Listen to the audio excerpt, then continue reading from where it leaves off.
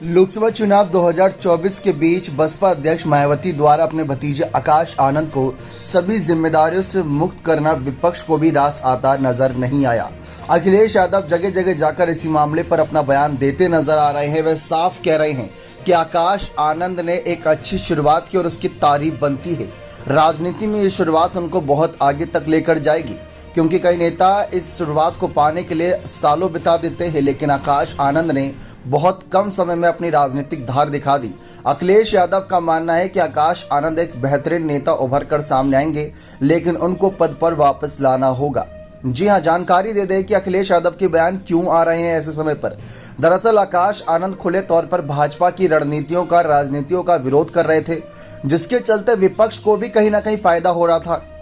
इससे पहले भी कई इंटरव्यू में आकाश आनंद के मुद्दे पर अखिलेश यादव से सवाल किया गया, क्योंकि अखिलेश से यही सवाल किया जा रहा है कि एक तरफ आप बीजेपी की बी टीम बसपा को बता रहे हो और दूसरी तरफ आकाश आनंद की तारीफ कर रहे हो। इसके पीछे का कारण क्या है?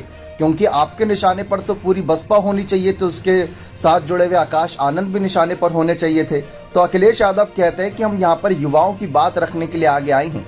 आकाश आनंद एक युवा हैं। जिस तरीके से आज के युवा अग्निवीर योजना से परेशान हैं, ठीक वैसे ही आकाश आनंद भी समझते हैं कि युवा किस चीज़ से परेशान है, और उसी मुद्दे पर आकाश आनंद अपनी बात रख रहे थे। अब जब उन्हें हटा दिया गया तो हम तो ये मानते हैं कि उनकी शुरुआत बहुत अच्छी रही। उन्होंने युवाओं को साधने का काम किया, उन्होंने युवाओं का दर्द समझा। पेपर लीक के मामला हो या फिर अग्निवीर योजना का मामला हो, सभी मुद्दे पर आकाश आनंद ने अपनी बात रखी। तो इससे अच्छी शुरुआत और क्या ही हो सकती है। हमारा मानना है कि उनकी वापसी तो होनी चाहिए, क्योंकि हो सकता है कि कुछ ना कुछ त्रुटि, कुछ ना कुछ गलतियां हो जाती हैं हर किसी से, लेकिन इसका मतलब ये नहीं कि उन्हें सुधार का मौका ना दिया जाए और उन्हें पद से हटा दिया जाए। तो हम तो मानते हैं कि आकाश आनंद की दमदार एंट्री हुई है राजनीति में, और वापसी भी बहुत दमदार होगी। अखिलेश यादव का ये संदेश है आकाश आनंद के नाम पर। अब क्या वे आकाश आनंद को ये संकेत दे रहे हैं कि अगर वह सपा के साथ आते हैं तो आकाश आनंद को बड़ी से बड़ी जिम्मेदारियां दी जाएंगी? क्योंकि अखिलेश यादव भी जानते हैं कि आकाश आनंद ने जिस तरीके की शुरुआत की है वो युवाओं को साधने के लिए बहुत शानदार है। युवा अगर एक बार जुड़ गए सपा के साथ तो उनको बहुत फायदा होगा। यही सोच मायावती की भी थी, क्योंकि एक तरफ चंद्रशेखर आजाद तेजी से बढ़ने की कोशिश कर रहे थे, उनके खिलाफ ही मायावती ने अपने भतीजे को हथियार बनाया और आकाश आनंद सही साबित भी हुए।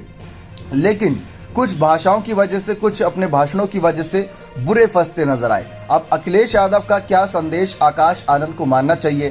क्या बसपा से इधर हट के सपा की ओर देखना चाहिए? आपकी क्या राय अपना कमेंट सेक्शन में अवश्य रखिएगा। बहुत बहुत धन्यवाद।